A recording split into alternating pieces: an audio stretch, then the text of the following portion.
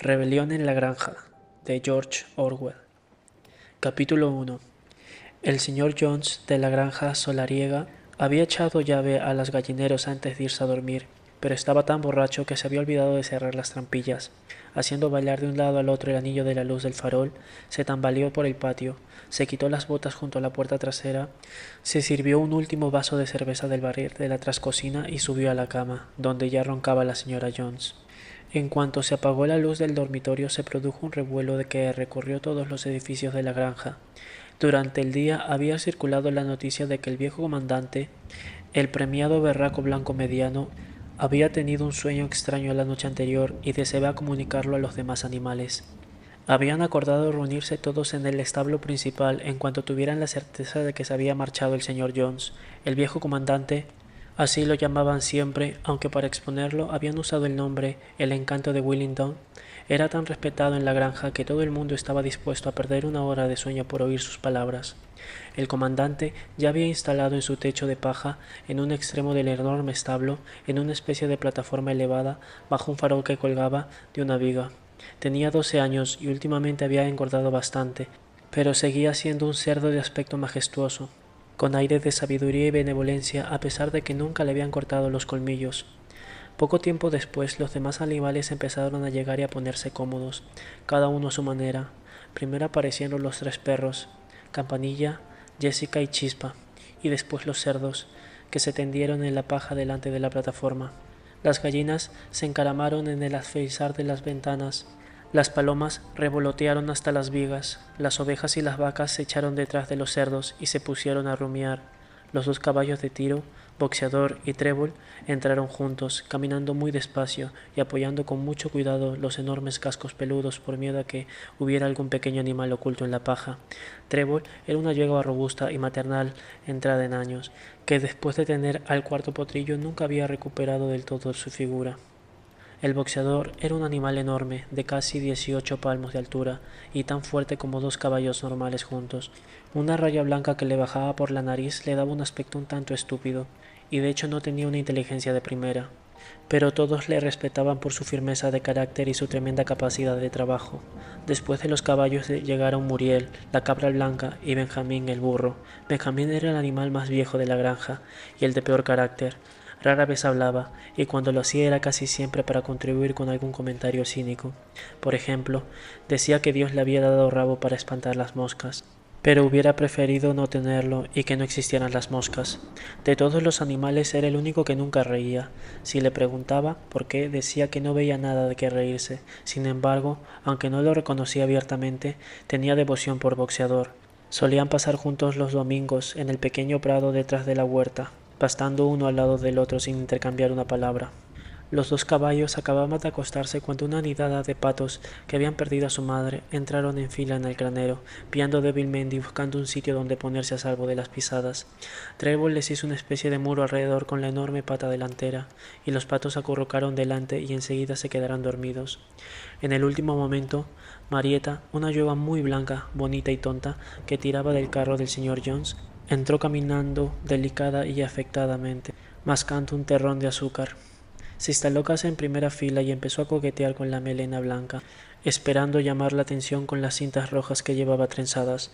Por último llegó la gata, que miró a su alrededor, como de costumbre, buscando el sitio más caliente, y terminó metiéndose entre el boxeador y Trébol. Allí ronroneó, satisfecha, mientras duró el discurso del comandante, sin escuchar una sola palabra de lo que decía. Ahora estaban presentes todos los animales, excepto Moisés, el cuervo maestrado, que dormía en la percha detrás de la puerta trasera. Cuando el comandante vio que todos se habían puesto cómodos y esperaban con atención, carraspeó y empezó a hablar. Camaradas, ya os habéis enterado del extraño sueño que tuve anoche, pero eso me ocuparé más tarde. Antes tengo que deciros otra cosa. No creo, camaradas, que vaya a estar con vosotros muchos meses más, y me parece que mi deber, antes de morir, es transmitiros la sabiduría que he adquirido. He disfrutado de una larga vida. He tenido mucho tiempo para pensar mientras estaba allí solo en mi chiquero, y me creo con derecho a decir que entiendo la naturaleza de la vida en esta tierra tan bien como cualquier otro animal hoy vivo. Es de eso de lo que quiero hablar con vosotros. Camaradas, ¿qué sentido tiene vivir como vivimos? Hay que reconocerlo, nuestra vida es desgraciada, laboriosa y corta. Nacemos, nos dan solo la comida necesaria para seguir respirando y a los que estamos en condiciones de hacerlo nos obligan a trabajar hasta el último aliento. Y en el instante en el que nuestra utilidad llega a su fin se nos sacrifica con una crueldad espantosa. Después de cumplir un año, ningún animal en Inglaterra conoce el significado de la felicidad o del placer. Ningún animal en Inglaterra es libre. En la vida de un animal no hay más que desgracia y esclavitud, esa es la pura verdad. Pero, ¿se trata acaso de una ley natural? ¿Acaso nuestra tierra es tan pobre que no pueden garantizar la vida digna a los que habitan en ella? No, camaradas, una y mil veces no. La tierra inglesa es fértil, su clima bueno, capaz de dar comida en abundancia a un número mucho mayor de animales a los que ahora habitan en ella. Esta granja nuestra podría mantener a una docena de caballos, 20 vacas, cientos de ovejas, y dar a todos una comodidad y una dignidad que ahora casi no podemos imaginar. Entonces, ¿por qué seguimos en estas míseras condiciones? Porque los seres humanos nos roban casi todo el producto de nuestro trabajo. Ahí está, camaradas, la respuesta a todos nuestros problemas. Se resume en estas palabras: el hombre. El hombre es el único enemigo real que tenemos. Quitemos al hombre de la escena y la causa fundamental del hambre y del exceso de trabajo desaparecerá para siempre. El hombre es la única criatura que consume sin producir, no da leche, no pone huevos, es demasiado débil para tirar del arado, no corre con rapidez suficiente para atrapar conejos, sin embargo, es dueño y señor de todos los animales, les hace trabajar, les devuelve lo justo para que no se mueran de hambre y el resto se guarda para sí. Nuestro trabajo labra la tierra, nuestro estiércol lo fertiliza, pero ninguno de nosotros posee más que la piel que lleva encima. Vosotras, las vacas que veo allí delante, ¿cuántos miles de litros de leche habéis dado durante este último año? ¿Y qué ha pasado con la leche que debería haber estado criando a robustos terneros? Se ha ido, hasta la última gota, por la garganta de nuestros enemigos. ¿Y vosotras las gallinas? ¿Cuántos huevos habéis puesto este último año? ¿Y de cuántos han salido polluelos? El resto ha ido al mercado para producir dinero para Jones y sus hombres. ¿Y tú, Trébol? ¿Dónde están los 4 potros que pariste y que deberían darte apoyo y placer en la vejez? Todos fueron vendidos al cumplir un año, y no volverás a verlos nunca más. A cambio de tus 4 partos y todo tu trabajo en los campos, ¿qué has recibido, fuera de unas escuetas raciones y un establo? Y ni siquiera se permite que la vida miserable que llevamos cumpla su círculo natural. Yo no me quejo, porque soy uno de los afortunados. Tengo 12 años y he sido padre de más de 400 crías. Tal es la vida natural de un cerdo. Pero al final, ningún animal se libra del cuchillo cruel. Todos vosotros, los puercos jóvenes ahí sentados, estaréis chillando dentro de un año, mientras os sacrifican. A ese horror llegaremos todos: vacas, cerdos, gallinas, ovejas y demás. Ni siquiera los caballos y los perros tienen mejor suerte. A ti, boxeador, el mismo día en que tus músculos pierdan su fuerza, John se venderá al desollador, que te degollará y te hervirá para los perros de caza. En cuanto a los perros, cuando envejecen y pierden los dientes, Jones les ata un ladrillo al cuello y los ahoga en la laguna más cercana. ¿No queda claro entonces, camaradas, que todos los males de esta vida nacen de la tiranía de los seres humanos?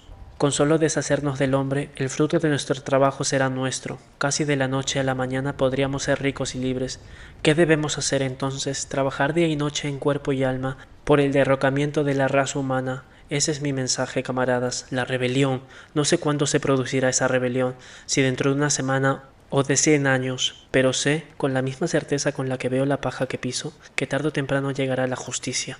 No perdáis de eso de vista, camaradas, durante el resto de vuestra corta vida, y, sobre todo, transmitid este mensaje a los que vengan después, para que las generaciones futuras sigan luchando hasta lograr la victoria. Y recordad, camaradas, que no hay que flaquear. Ningún argumento os tiene que desviar del camino. No prestéis nunca atención cuando os digan que el hombre y los animales tienen un interés común, que la prosperidad de uno es la prosperidad de los otros. Mentiras. El hombre no sirve los intereses de ninguna criatura salvo a las suyas, que entre nosotros, los animales, hay una perfecta unidad, una perfecta camaradería en la lucha. Todos los hombres son enemigos, todos los animales son camaradas. En ese momento se produjo un tremendo alboroto. Mientras el comandante hablaba, 4 grandes ratas habían salido de sus agujeros y se habían sentado sobre los cuartos traseros para escucharlo. De repente, al verlas los perros, habían tenido que precipitarse hacia sus agujeros para salvar la vida. El comandante levantó una pezuña pidiendo silencio. «Camaradas», dijo, «hay aquí un tema que debe resolverse. Las criaturas salvajes, como las ratas y los conejos, ¿son amigas o enemigas nuestras? Sometámoslo a votación. Propongo esta pregunta. ¿Las ratas son camaradas?» Se votó de inmediato, y por mayoría abrumadora se acordó que las ratas eran camaradas. Solo hubo 4 discrepantes, los 3 perros y la gata, que, se puso después, hubo votado por ambas partes. El comandante prosiguió: no tengo mucho más que decir, solo repetir que recordéis siempre vuestro deber de enemistad hacia el hombre y su manera de actuar. Todo lo que camina sobre 2 patas es enemigo, todo lo que camina sobre 4 patas o tiene alas es amigos. Recordad también que, en la lucha contra el hombre, no hay que parecerse a él. Aunque lo hayáis vencido, no adoptéis sus vicios. Ningún animal debe vivir jamás en una casa, o dormir en una cama, o llevar ropa, o beber alcohol, o fumar tabaco, o tocar dinero, o dedicarse al comercio. Todas las costumbres del hombre son malas, y sobre todo, ningún animal debe tiranizar a su propia especie. Débiles o fuertes, listos o simplones, todos somos hermanos. Ningún animal debe matar a otro animal. Todos los animales son iguales. Y ahora, camaradas, os contaré el sueño que tuve anoche. No puedo describir ese sueño, era un sueño sobre cómo será la tierra cuando el hombre haya desaparecido, pero me recordó algo que he tenido olvidado durante un largo tiempo. Hace muchos años, cuando yo era un cerdo pequeño, mi madre y las demás cerdas cantaban una vieja canción de la que solo conocían la melodía y las 3 primeras palabras. Yo conocí esa melodía en mi infancia y hacía tiempo que no la recordaba, pero anoche me volvió en un sueño. Es más, también volvieron las palabras, palabras que, estoy seguro, fueron cantadas por animales hace mucho tiempo, cuyo recuerdo se perdió durante generaciones. Os cantaré ahora esa canción, camaradas. Soy viejo y tengo la voz ronca, pero cuando os haya enseñado la melodía la podéis cantar mejor vosotros mismos. Se llama Bestias de Inglaterra. El viejo comandante carraspeó y se puso a cantar. Como había anunciado, su voz era ronca, pero le salía bastante bien. Era una canción pegadiza, mezcla de Clementine y la cucaracha. La letra decía así: bestias de Inglaterra, bestias de Irlanda, bestias de todo clima y país, oíd mis alegres nuevas que anuncian un futuro feliz. Tarde o temprano llegará el día en el que se acabará la tiranía del hombre y solo las bestias hallarán los fértiles campos ingleses. Desaparecerán los aros de nuestros hocicos y de nuestro lomo los arneses, se oxidarán para siempre los frenos y las espuelas, y los crueles látigos no volverán a chasquear. Riquezas que la mente no puede abarcar, trigo y cebada, heno y avena, trébol, alubias y remolacha, desde ese día nuestras serán. Brillantes lucirán los campos ingleses, más puras serán sus aguas, más dulces soplarán sus brisas, el día que conozcamos la libertad. Pero ese día todos debemos trabajar, aunque muramos sin verlo amanecer. Vacas y caballos, gansos y pavos, todos debemos luchar por la libertad. Bestias de Inglaterra, bestias de Irlanda, bestias de todo clima y país, oíd bien y difundid nuestras nuevas que anuncian un futuro feliz. La canción excitó muchísimo a los animales. Casi antes de que el comandante hubiera llegado al final, había empezado a cantarla por su cuenta. Hasta los más estúpidos habían captado la melodía y unas pocas palabras, y en cuanto a los listos, como los cerdos y los perros, habían aprendido toda la canción de memoria en unos pocos minutos. Entonces, tras algunos intentos preliminares, la granja entera echó a cantar con tremenda armonía: bestias de Inglaterra. Las vacas la mugían, los perros la ladraban, las ovejas la balaban, los caballos la relinchaban y los patos la graznaban. Estaban tan contentos con la canción que la cantaron 5 veces seguidas y podían seguir cantándola toda la noche si no les hubieran interrumpido. Por desgracia, el alboroto despertó al señor Jones, que saltó de la cama, convencido de que había un zorro en el corral, agarró la escopeta que siempre estaba en un rincón del dormitorio y disparó un cartucho número 6 hacia la oscuridad. Los perdigones se alojaron en la pared del establo y la reunión se disolvió con rapidez. Todo el mundo huyó al sitio donde tenía que dormir. Las aves saltaron a sus perchas. Los animales se acomodaron sobre la paja y enseguida la granja entera se quedó dormida. Capítulo 2. 3 noches más tarde, el viejo comandante murió sin sufrir mientras dormía. Enterraron su cadáver en un rincón del huerto. Corrían los primeros días de marzo. Durante los 3 meses siguientes hubo mucha actividad secreta. La actitud de los animales más inteligentes de la granja ante la vida había cambiado por completo al oír el discurso del comandante. No sabían cuánto ocurriría la rebelión pronosticada por el comandante. Carecían de motivos para pensar que vivirían para verla, pero comprendían que tenían la obligación de prepararse para ella. La tarea de educar y organizar a los demás que recayó, por supuesto, en los cerdos, en general reconocidos como los animales más inteligentes. Entre los cerdos se destacó 2 berracos jóvenes llamados Bola de Nieve y Napoleón, que el señor Jones criaba para vender. Napoleón era un berraco de aspecto bastante feroz, el único de raza Berkshire en la granja, parco pero con fama de salirse siempre con la suya. Bola de Nieve era más vivaracho que Napoleón, tenía mayor facilidad de palabra y era más ingenioso, pero no se le atribuía la misma firmeza de carácter. Todos los demás puercos de la granja estaban destinados a la matanza. El más conocido era un cerdito llamado Chillón, de mejillas redondas, ojos expresivos, movimientos ágiles y voz estridente. Un brillante conversador que cuando defendía alguna idea difícil saltaba a un lado a otro sacudiendo la cola de una manera muy persuasiva. Los demás decían que Chillón era capaz de convertir lo negro en blanco. Entre los tres habían elaborado todo un sistema de pensamiento basado en las enseñanzas del viejo comandante, al que llamaron animalismo. Varias noches a la semana, cuando ya estaba dormido el señor Jones, celebraban reuniones secretas en el establo y exponían los principios del animalismo a los demás. Al principio encontraron mucha estupidez y apatía. Había animales que hablaban del deber de la lealtad al señor Jones, a quien llamaban amo, y habían quienes hacían comentarios tan básicos como «El señor Jones nos da de comer, si desapareciera nos moriríamos de hambre». Otros hacían preguntas como ¿por qué debería importarnos lo que suceda cuando ya estemos muertos? O si esa rebelión va a ocurrir de todos modos, ¿qué más da que trabajemos o dejemos de trabajar por ella? Y los cerdos tenían grandes dificultades para hacerles ver que eso contrariaba el espíritu del animalismo. Las preguntas más estúpidas eran las de Marieta, la yegua blanca. La primera que le hizo a Bola de Nieve fue ¿seguirá habiendo azúcar después de la rebelión? No, dijo Bola de Nieve con firmeza. En esta granja no tenemos medios para fabricar azúcar. Además, tú no necesitas azúcar. Tendrás toda la avena y todo el heno que quieras. ¿Y podré seguir usando cintas en la crin?, preguntó Marieta. Camarada, dijo Bola de Nieve, esas cintas a las que tanto cariño tienes son el símbolo de la esclavitud. ¿No entiendes que la libertad vale más que esas cintas? Marieta sintió, pero no parecía muy convencida. A los cerdos les costaba aún más contrarrestar las mentiras que hacía circular Moisés, el cuervo amastreado. Moisés, la mascota especial del señor Jones, era un espía y un chismoso, pero también un conversador inteligente. Aseguraba conocer la existencia de un misterioso país llamado Monte Caramelo, al que iban todos los animales cuando moría. Estaba situado en el cielo, un poco más allá de las nubes, decía Moisés. En Monte Caramelo era domingo los 7 días de la semana. Abundaba el trébol todo el año y en los setos crecían terrones de azúcar y bizcochos de linaza. Los animales detestaban a Moisés porque contaba mentiras y no trabajaba.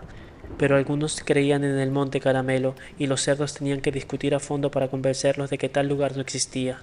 Sus discípulos más fieles eran los caballos de Tiro, Boxeador y Trébol. Los dos tenían grandes dificultades para pensar por sí mismos, pero al haber aceptado a los cerdos como maestros absorbían todo lo que se les contaba y después lo transmitían a los demás animales mediante sencillos razonamientos. No faltaban nunca las reuniones secretas en el establo y encabezaban el coro al entonar Bestias de Inglaterra, canción con la que siempre cerraban los encuentros. Al final lograron hacer la rebelión mucho antes y con mucha más facilidad de lo que ninguno esperaba.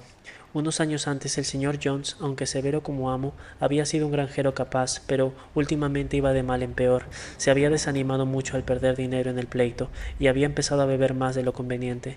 Se pasaba días enteros sentado en el sillón de la cocina, leyendo periódicos, bebiendo y, de vez en cuando, dando de comer a Moisés cortezas de pan mojado en cerveza. Sus hombres eran perezosos y poco honrados, los campos estaban llenos de maleza, los techos de los edificios estropeados, los setos descuidados y los animales desnutridos. Llegó junio y el heno estaba casi listo para la siega. La noche de San Juan, que era sábado, el señor Jones fue a Wellington y se emborrachó tanto en el León Rojo que no regresó hasta el domingo al mediodía. Los hombres habían ordeñado las vacas durante la madrugada y después habían ido a cazar conejos sin molestarse en alimentar a los animales. Al regresar, el señor Jones se echó a dormir de inmediato en el sofá de la sala y se tapó la cara con el periódico, de modo que por la noche los animales seguían sin comer. Llegó un momento en el que no soportaron más. Una de las vacas abrió con el cuerno la puerta del depósito y todos los animales empezaron a comer de los graneros. Fue entonces cuando se despertó el señor Jones. En un instante apareció con sus 4 hombres, descargando latigazos a todas las direcciones. Eso era más de lo que los hambrientos animales podían soportar. De común acuerdo, aunque no habían planeado nada parecido, se lanzaron hacia sus torturadores. John y sus hombres fueron rodeados, empujados y pateados. La situación estaba fuera de control. Nunca habían visto que los animales se comportaran de esa manera, y el repentino levantamiento de criaturas a las que estaban acostumbrados a golpear y maltratar con impunidad les hizo temblar de miedo. Después de unos instantes dejaron de defenderse y salieron corriendo. Un minuto más tarde los 5 huían en desbandada por una senda de carros que llevaba al camino principal, perseguidos de cerca por los jubilosos animales. La señora Jones miró por la ventana del dormitorio, vio lo que pasaba, echó en un morral todo lo que pudo y se escabulló de la granja por otro camino. Moisés saltó de su percha y la siguió aleteando, lanzando ruidosos graznidos. Mientras tanto, los animales habían perseguido a Jones y a sus peones hasta la carretera y cerrado después con estrépito la pesada puerta. Así, casi antes de entender lo que pasaba, se había producido con éxito la rebelión. Jones estaba expulsado y ellos eran ahora los dueños de la granja solariega. Durante los primeros minutos los animales apenas podían dar crédito de la inmensa suerte. Su primera acción fue galopar todos juntos por los lindes de la granja, como si quisieran asegurarse de que no quedaba ningún ser humano oculto en ella. Después regresaron corriendo a los edificios para borrar los últimos vestigios del odioso reino de Jones. Echaron abajo la puerta del guardanés al final de los establos y la arrojaron en el pozo de los bocados, las argollas, las cadenas de los perros, los crueles cuchillos que el señor Jones usaba para castrar a los cerdos y a los corderos. En la fogata que ardía en el patio para quemar la basura tiraron las riendas, los cabestros, las anteojeras, los degradantes morrales. Con los látigos hicieron lo mismo. Todos los animales empezaron a saltar de alegría al ver cómo ardían los látigos. Bola de Nieve también lanzó al fuego las cintas con las que solían decorar las crines y las colas de los caballos los días de feria. Las cintas, dijo, deben ser consideradas como ropa, que es lo que distingue a los seres humanos. Todos los animales deben andar desnudos. Al oír eso, Boxeador se quitó el pequeño sombrero de paja que llevaba en verano para protegerse las orejas de las moscas y le arrojó al fuego con todo lo demás. En muy poco tiempo los animales habían destruido todo lo que les recordaba al señor Jones. Entonces Napoleón los llevó otra vez al depósito y sirvió a todo el mundo una doble ración de maíz y 2 galletas para cada perro. Después cantaron Bestias de Inglaterra, de principio a fin 7 veces seguidas, y a continuación se acomodaron para pasar la noche y durmieron como nunca habían dormido. Pero como de costumbre se despertaron al amanecer, y al recordar el glorioso acontecimiento del día anterior corrieron juntos al pastizal. Por el camino había una loma desde la que se divisaba casi toda la granja. Los animales corrieron hasta la cima y miraron alrededor la clara luz de la mañana. Sí, era de ellos, todo lo que veían era de ellos.